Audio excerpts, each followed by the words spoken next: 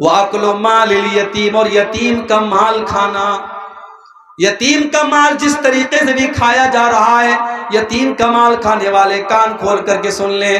ان الذین یأکلون اموال الیتامی ظلما انما یأکلون فی بطونہم نارا. جو لوگ یتیم کا مال کھا رہے ہیں وہ اپنے پیٹ میں جہنم کی آگ بھر رہے ہیں. یتیم بیچارہ بے سہارا ہوتا ہے. یتیم ہو سکے تو یتیم کی مدد کر دو، ہو سکے تو یتیم کو سہارا دے دو، یتیم کا مال ہڑپنے کی کوشش کرو. بھائی کا انتقال ہو گیا، بھتیجے یتیم ہیں. جس چچا کو قرآن کی آیت کبھی نہیں یاد آئی، شریعت کبھی یاد نہیں آئی، بھائی مر گیا، شریعت یاد آ گئی. بھتیجے سے بولا بے تیرے باپ کا انتقال ہو گیا، اب دادا کی پراپرٹی میں تیرا کوئی حصہ نہیں بنتا. چچا لوگ آپس میں بانٹ لیتے ہیں.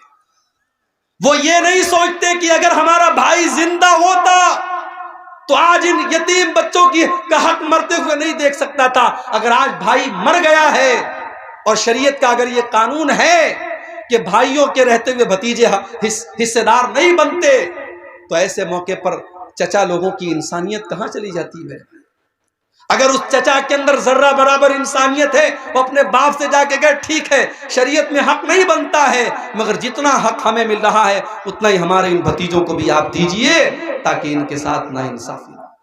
اور دادا کو بھی چاہیے، دادا کو اللہ تعالیٰ نے یہ آپشن دیا ہے، وہ اپنی پراپرٹی کا 1/3 حصہ اپنے ان یتیم پوتوں کے حق میں وصیت کر سکتا ہے، وہ کر کے جائے تاکہ ان یتیموں کا حق نہ مارا جائے. میرے بھائی کسی یتیم کا کبھی حق مت مارنا. کسی کی زمین پر ناجائز قبضہ کر لینا بھی کبیرہ گناہ ہے. اللہ کے نبی فرماتے ہیں من ظلم شبرا من الارض، جس نے ایک بالشت زمین کسی کی ہڑپ لی. ایک بالشت سمجھتے ہیں؟ یہ ہاتھ کے پنجے کا جو ناپ ہوتا ہے اس کو ایک بالشت بولتے ہیں. ایک بالشت یعنی ایک بالشت کتنا ہوتا ہے؟ میرے خیال سے آدھا فٹ بھی نہیں ہوتا ہے. آدھا فٹ بھی اگر کسی کی زمین آپ نے ناجائز ہڑپ لی، اللہ کے نبی فرماتے ہیں تُوِّقَهُ مِن سَبْعِ أَرْضِينَ يَوْمَ الْقِيَامَةِ، 7 زمینوں کا طوق اس کی گردن میں ڈالا جائے. یا بھائی بہن کا پورا حصہ ڈکار لیتا ہے. بہن کو ماں کا زیور تو ملتا ہے مگر باپ کی زمین اور جائیداد میں سے بھائی لوگ کہتے نہیں صاحب تمہارا نہیں بنتا، تم کو نہیں دیں گے. اگر بہن مانگ لے تو بھائی ناراض ہو جاتے ہیں، کہتے ہیں اگر تجھے ہم حصہ دیں گے ہم ساری زندگی تجھ سے بات نہیں کریں گے. بہنوں کو ان کا حصہ نہیں دیا جاتا. ہم آج کہتے ہیں نا کہ عدالت میں مسلم پرسنل لا کو ختم کرنے کی بات ہو رہی ہے اور کامن سول کوڈ کی بات ہو رہی ہے. پہلے مسلم پرسنل لا پر ہم خود تو عمل کریں. مسلم پرسنل لا یہ کہتا ہے کہ باپ اگر مر گیا ہے اور 1 لاکھ روپیہ چھوڑ کے گیا ہے اور 2 بہنیں اور 1 بھائی کو چھوڑ کے گیا ہے تو 50,000 بھائی کو ملے گا اور 25,000 دونوں بہن کو ملے گا. لیکن یہاں تو پورا 1 لاکھ بھائی ڈکار جاتا، بہن کو 1 پیسہ نہیں دیتا. یاد رکھو میرے بھائی، اگر آپ نے کسی کی وراثت ہڑپ لی وَتَأْكُلُونَ التُّرَاثَ أَكْلًا لَمًّا وَتُحِبُّونَ الْمَالَ حُبًّا جَمًّا، تم لوگوں کی وراثت سمیٹ کے کھا جاتے ہو اور مال سے بہت محبت کرتے ہو. کلا، کر لو ایسا کرنے والے کر لو، ایک دن ایسا آئے گا اللہ کی بارگاہ میں تم کو انصاف دینا پڑے گا، تم کو حساب دینا پڑے گا. کبیرہ گناہوں میں گناہ اور ہے میرے بھائی. قذف المحصنات الغافلات المؤمنات، کسی پاک دامن عورت کے اوپر جھوٹی تہمت لگانا. زنا کرنا بہت بڑا پاپ ہے اور کسی پاک دامن عورت کے اوپر یا مرد کے اوپر زنا کی تہمت لگانا بھی بہت بڑا پاپ ہے. اگر کسی کے اوپر آپ نے جھوٹی تہمت لگائی ہے اور اس تہمت کو ثابت نہیں کر پائے تو شریعت کیا کہتی ہے؟ ان الذین یرمون المحصنات ثم لم یاتوا باربعۃ شہداء فاجلدوہم 80 جلدہ.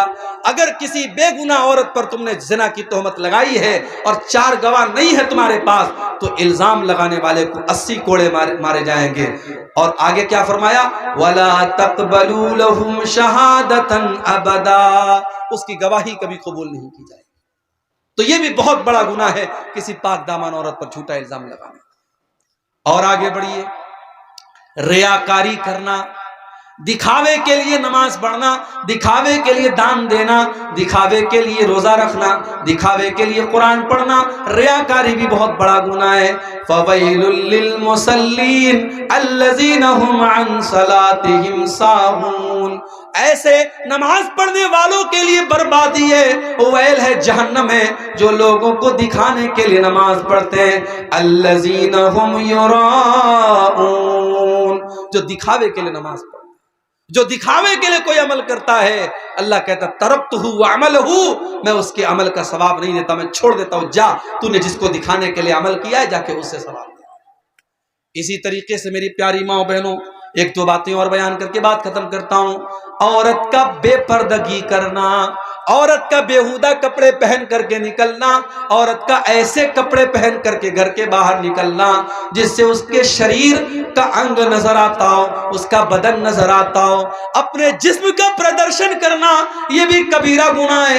اللہ کے نبی فرماتے ہیں صنفان من اہل النار لم ارہما، دو قسم کے لوگ جہنم میں جائیں گے اور ان کو میں نے ابھی نہیں دیکھا، وہ بعد میں آئیں گے، وہ قیامت کے پہلے آئیں گے۔ نمبر ایک، قوم معہم سیاۃ کاذناب البقر یضربون بها الناس، ایسے لوگ آئیں گے جن کے ہاتھ میں گائے کی دم کی طرح کوڑے ہوں گے اور وہ کوڑوں سے لوگوں کو ماریں گے۔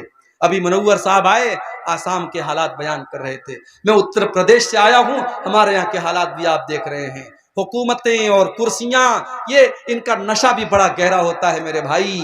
مگر راحت اندوری کا بڑا مشہور شعر ہے، جو صاحب مسند ہے کل نہیں ہوں گے، جو صاحب مسند ہے کل نہیں ہوں گے، کرایہ دار ہیں ذاتی مکان تھوڑی ہے، یہ کرسیاں، یہ عہدے، وَتُعِزُّ مَن تَشَاءُ وَتُذِلُّ مَن تَشَاءُ وَتُؤْتِي الْمُلْكَ مَن تَشَاءُ وَتَنزِعُ الْمُلْكَ مِمَّن تَشَاءُ، اللہ جب چاہتا ہے جس کو چاہتا ہے حکومت دیتا ہے اور جس سے چاہتا حکومت چھین لیتا ہے۔ اللہ کا قانون یہی رہا ہے، زمین پر ظالم کو اللہ تعالیٰ نے پھلنے پھولنے نہیں دیا ہے، اللہ نے کفر کی حکومت کو چلنے دیا ہے، شرک کی حکومت کو چلنے دیا ہے، مگر ظلم کی حکومت کو چلنے نہیں دیا ہے۔ میرے بھائیوں، اللہ کے نبی فرماتے ہیں ایسے لوگ آئیں گے جن کے ہاتھ میں کوڑے ہوں گے اور وہ لوگوں کو اس سے ماریں گے، ظلم کریں گے، اپنے پاور کا غلط استعمال کریں گے۔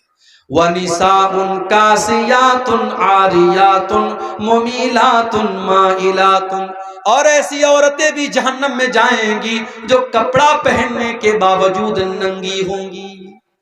ایک لفظ میں اللہ کے نبی نے سارے فیشن کو بیان کر دیا۔ آج مسلمان باپ ہے، چہرے پر داڑھی ہے اور ماتھے پر سجدے کا نشان ہے، اور جوان بیٹی کو لے کر کے شادی میں جا رہا ہے، اور بیٹی نے ساڑی پہنی ہے، اور ساڑی ایسی پہنی ہے کہ اس کی پیٹھ بھی نظر آ رہی ہے، اس کی آستین بھی نظر آ رہی ہے، اس کا پیٹ بھی نظر آ رہا ہے، اس کے شریر کا انگ انگ نظر آ رہا ہے، اس کا پورا بدن نظر آ رہا ہے، اپنے پورے حسن کی وہ نمائش کر کے جا رہی ہے۔ جو قرآن یہ کہتا ہے وَلَا يُبْدِينَ زِينَتَهُنَّ، اے مسلمان عورت اپنی زینت کو تو ظاہر نہیں کر سکتی ہے کسی غیر مرد کے سامنے۔ قرآن تو یہاں تک کہتا ہے وَلْيَضْرِبْنَ بِخُمُرِهِنَّ عَلَى جُيُوبِهِنَّ، عورت گھر میں باپ کے سامنے، بھائی کے سامنے، بیٹے کے سامنے، سسر کے سامنے، جو اس کے محرم رشتہ دار ہیں جس سے وہ شادی نہیں کر سکتی ہے، اس رشتہ دار کے سامنے بھی عورت جب جائے تو اپنے دوپٹے کو ہمیشہ اپنے گریبان پر رکھے، اپنے دوپٹے کا خیال رکھے، دوپٹہ جہاں تہاں پھینک کر کے نہ چلی جائے، اس کا دوپٹہ اس کے سینے پر ہونا چاہیے۔ قرآن کہتا ہے وَلَا يَضْرِبْنَ بِأَرْجُلِهِنَّ لِيُعْلَمَ مَا يُخْفِينَ مِنْ زِينَتِهِنَّ، اے مسلمان عورت تو جب پائل پہنے ہو تو گھر میں اپنے پائل پہن کر کے اپنے پاؤں کو زمین پہ زور زور سے مار کے نہ چلا کر، تیرے پائل کی جھنکار بھی غیر مردوں کے کان تک نہیں جانی چاہیے۔ جو اسلام اتنا سخت ہے وہ اس بات کی اجازت کیسے دے سکتا ہے کہ کشن گنج کی لڑکی، پورنیا کی لڑکی، ارریا کی لڑکی انسٹاگرام پر آئی ڈی بنائے اور اپنے فوٹوز ڈالے، اپنے نئے نئے کپڑوں کا، اپنے گہنوں کا پرچار کرے، شادی میں تیار ہو کے جائے، اس کو اپنے اسٹیٹس پہ لگائے اور اپنے فوٹوز ڈال کر کے دنیا میں اپنے حسن کی نمائش کرے۔ اللہ کے نبی فرماتے ہیں کپڑا پہن کر کے بھی ایسی عورتیں ننگی ہوں گی۔ ان کا شریر نظر آئے گا، کپڑا ایسا ہوگا۔ اور ممیلاتن مائلاتن، وہ غیر مردوں کو اپنی طرف آکرشت کرنے والی ہوں گی، اور جب وہ چلے گی تو ان کی چال بھی بے حیا عورتوں کی طرح ہوگی۔ عورت کی چال بتا دیتی ہے کہ یہ حیا والی عورت ہے، یہ شرمیلی عورت ہے، اور اس کی چال بتا دیتی ہے یہ بے حیا عورت ہے۔ اللہ کے نبی فرماتے ہیں ان کی چال بھی بے حیا اور فاحشہ عورتوں کی طرح ہوگی۔ اور آگے آپ نے فرمایا رؤوسہن کاسنمۃ البخت المائلہ، ان کا ہیئر اسٹائل، اس کے بالوں کا اسٹائل کیسا ہوگا؟ جیسے اونٹ کا کوہان ہوتا ہے، اس کے بال کا جوڑا ایسا بنا ہوگا۔ آج کل تو فیشن کے نام پہ کیا کیا ہو رہا ہے۔ بیوٹی پارلر میں کالی کلوٹی عورت جاتی ہے اور اندر سے بالکل بالی ووڈ کی ہیروئن بن کے نکلتی ہے۔ وہ آئی برو کو سیٹ کروا رہی ہے، اپنے ہونٹوں میں انجیکشن دے کر کے ہونٹوں کو موٹا کر رہی ہے، اور اتنا میک اپ ہو رہا ہے کہ اللہ کی پناہ ہے۔ یاد رکھو میری بہنوں، یاد رکھو میری ماؤں، میک اپ کے نام پر کوئی ایسا کام کرنا جو اللہ کی فطرت کو بدل دے، جو اللہ کی تخلیق کو بدل دے، حرام ہے۔ جو نیچرل بیوٹی ہے، جو اللہ نے خوبصورتی دی ہے، اس کو اپنے لیے کافی سمجھو۔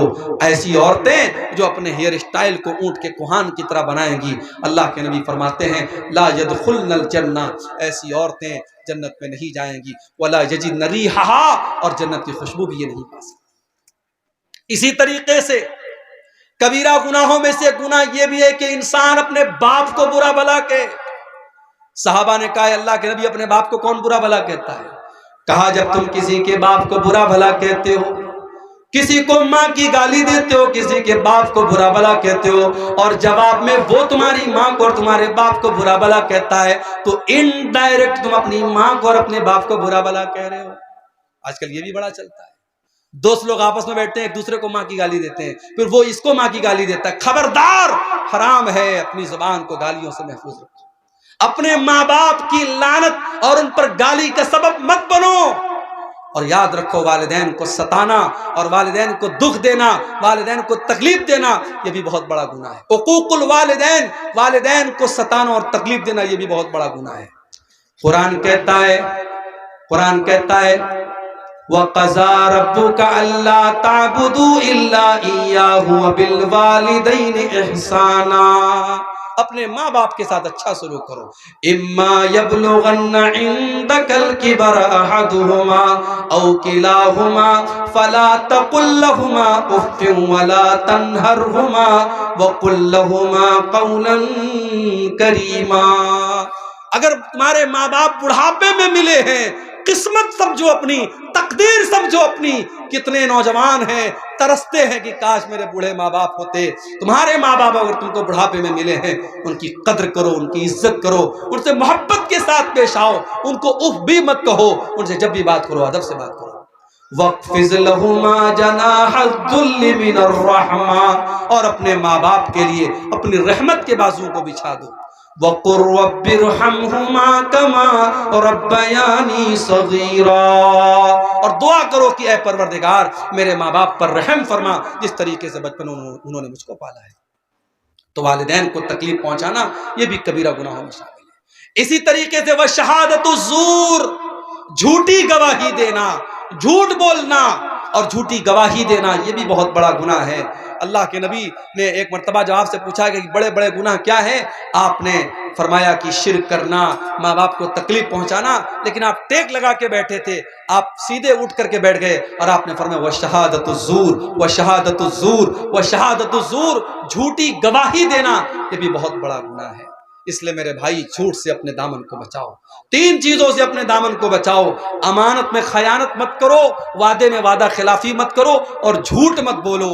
اللہ کے نبی فرماتے ہیں آیت المنافق ثلاث، منافق کی تین نشانیاں ہیں، اذا حدث کذب، جب بات کرے تو جھوٹ بولے، واذا وعد اخلف، جب وعدہ کرے تو وعدہ خلافی کرے، واذا اؤتمن خان، اور جب امانت اس کے پاس رکھی جائے تو امانت میں خیانت کرے۔ میرے بھائیوں یہ چند کبیرہ گناہ تھے جو میں نے آپ کے سامنے بیان کیے ہیں۔ آئیے ہم اللہ سے دعا کریں رب العالمین ہم سب کو اپنے دامن کو ان گناہوں سے بچانے کی توفیق عطا فرمائے۔ رب العالمین ہمیں کہنے سننے سے زیادہ عمل کرنے کرنے کی توفیق عطا فرمائے۔ اللہ تعالیٰ ہم میں سے اگر کوئی ان گناہوں میں سے کسی گناہ میں مبتلا ہے، اللہ تعالیٰ اس کو سچی توبہ کرنے کی توفیق عطا فرمائے۔ اللہ ہماری ماں بہنوں کی بھی اصلاح فرمائے، اللہ ہمارے نوجوانوں کی بھی اصلاح فرمائے۔ آج کا یہ پروگرام جس مسجد کی تعمیر و توسیع کے لیے ہوا ہے، اللہ اس مسجد کا کام جلد سے جلد ہم سب کو مکمل کرنے کی توفیق عطا فرمائے۔ جن بھائیوں نے اب تک مسجد کی اس تعمیر میں حصہ نہیں لیا ہے یا اپنی حیثیت کے مطابق کم لیا ہے، میں ان سے گزارش کرتا ہوں جاتے جاتے آپ مسجد کو دان دیتے ہوئے اور اس اللہ کے گھر میں حصہ لیتے ہوئے جائیں۔ اللہ آپ کے دان کو، آپ کی نیکیوں کو قبول فرمائے۔ اللہ ہم سب کی اس مجلس کی حاضری کو قبول فرمائے۔ جو بیمار ہیں ان کو شفا عطا فرمائے، جو روزی روٹی سے پریشان ہیں اللہ ان کے کاروبار میں برکت نصیب فرمائے۔ جب تک دنیا میں ہم زندہ رہیں، اسلام پر زندہ رہیں اور ہم سب کا خاتمہ ایمان پر ہو، آمین۔ وآخر دعوانا الحمدللہ رب العالمین۔ والسلام علیکم ورحمۃ اللہ وبرکاتہ۔